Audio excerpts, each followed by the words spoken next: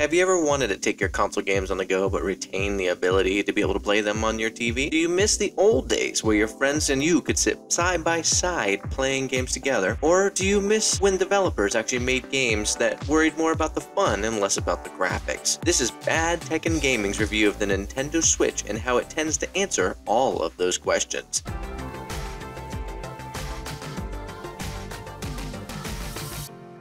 Stick around for the conclusion for our buying recommendation as well. We have 4 categories to help us understand the Nintendo Switch: great, good, bad, and horrible. Starting out with the greats. In the box. What you get in the box is actually more than most people actually talk about. It's a little underrated if you ask me. You get the Joy-Con controllers, which actually we'll cover in the good category, a controller mount so you can actually hold it as it's like a controller, and 2 pieces that attach to the Joy-Con controllers to individually make each half a controller. So there's a lot going on there. The fact that you can use the in-the-box controllers for 2 separate players is actually an amazing thing and shows the versatility of this product. And the TV dock. And compared to Microsoft and Sony, this decision seems a bit out of place and a lot different. Continuing with the greats, one of the biggest questions I had is how would this device actually connect to the TV and how glitchy would it be? Not to mention, if the console and the TV are both off, you can actually press the power button on the Nintendo Switch, so long as it's in the dock. It will actually turn the TV on. Now, I also have the Vizio Smart TV with Chromecast built in, so your results may vary on that trick. Moving forward, usability makes it into the great category, and the Switch delivers 100% on its promise to take your console games on the go, and retain the ability to play them on the TV.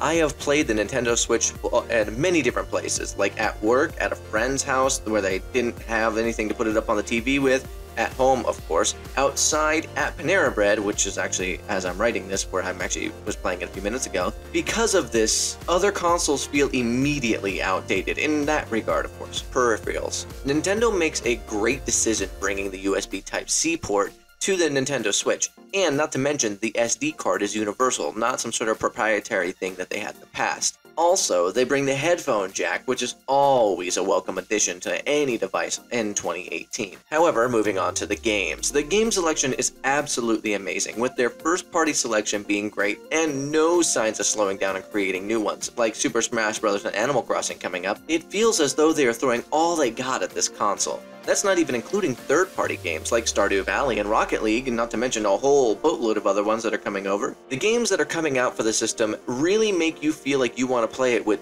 2 or more players, which brings back the old feeling of the Nintendo 64, which was one of my favorite systems, and mostly because it was my very first one at the time. The games that are coming out for the system really feel like 2-player games, which brings back the old feeling of the Nintendo 64. This is an amazing thing that keeps games more interesting for longer periods of time as different people play different games in different ways, making it way more challenging depending on the person you're playing with. Something I wanted to touch on real quick is Old School Fun. With their new paid internet system that they actually have, it does come with a lot of old school games, so you don't get like current games as you do with the Xbox, but it's only $20 a year and you get some cool old games that immediately play on your Switch with no real downloads required. Very nice thing. Moving on to the goods. Build. The build quality is just okay on the new Nintendo. It is all plastic, and I can already feel my left Joy-Con controller getting loose when it's attached to the Switch. I've only had this for 2 months, so this really makes me worry about the future of this device and how long it will last, aka longevity. The heat distribution and air vents are great in handheld mode, but it always seems to heat up a lot more when it's in the dock. My assumption is that this is because the bottom 2 air vents are completely enclosed, and it only has the top one. So if you're playing it a long time on the TV and want to take it to go immediately, it will be a little bit warm. One more good thing is the specs. It is very underpowered compared to the 2 main consoles. However, the reason why it's in the goods is because all of the first-party games look, feel, and play fantastically, whether it's on TV or in handheld mode. And most third-party games, like Rocket League, you can actually see the difference, but really it doesn't steal from the game's experience, and you really only notice it when you compare them side by side or one after another from, like, an example, the Xbox One. Joy-Cons actually make it into the good category and not the great category, surprisingly enough. Now, as amazing as they are, They just can't be in the grates. They just disconnect way too easily. For whatever reason, I don't know. I can be sitting 8 feet from my actual TV and the console. It will disconnect at random times and takes multiple seconds, maybe 5 seconds to actually connect back up. Now, this is all fine and dandy, except for when you're playing a game like Rocket League, where it requires you to have full control over your controller at all times. I constantly end up missing goals because of this, and it makes me not want to play it on TV mode.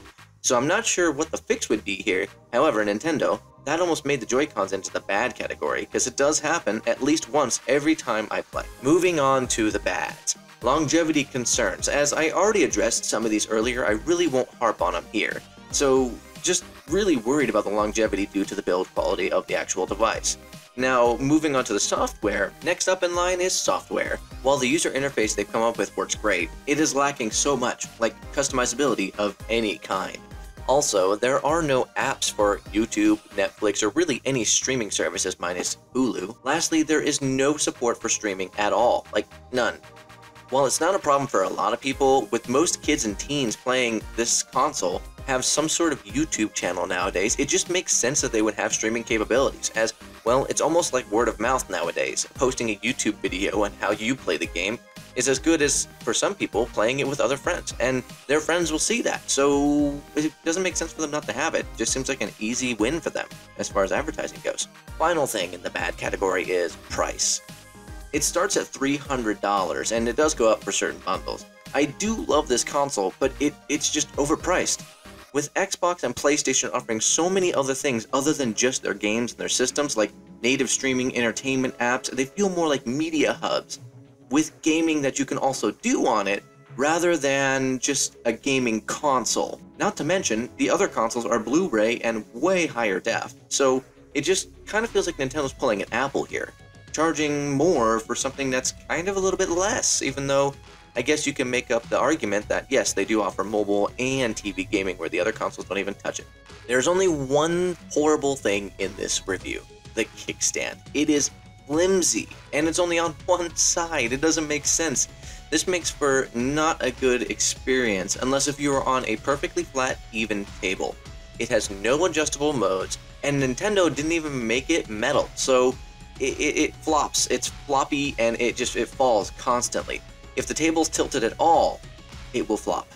Now, we already know that the build quality is concerning, so this is kind of an odd decision, as this continues to make me worry about the future of the device and how long it will last. In conclusion, yes, the developers of Nintendo really bring together people to play their favorite childhood games in a very satisfying way. And yes, they deliver in their promise to bring console games to life on a mobile platform and vice versa. I have not had this much fun playing games in a very long time. And the best part about it, I get to choose how I want to play them and where I want to play them. I highly recommend the Nintendo Switch, and we'll leave a link in the description below so that way you can purchase one from Amazon if you are interested. This leaves me with one final question for you. What are you waiting for? Will you make the switch?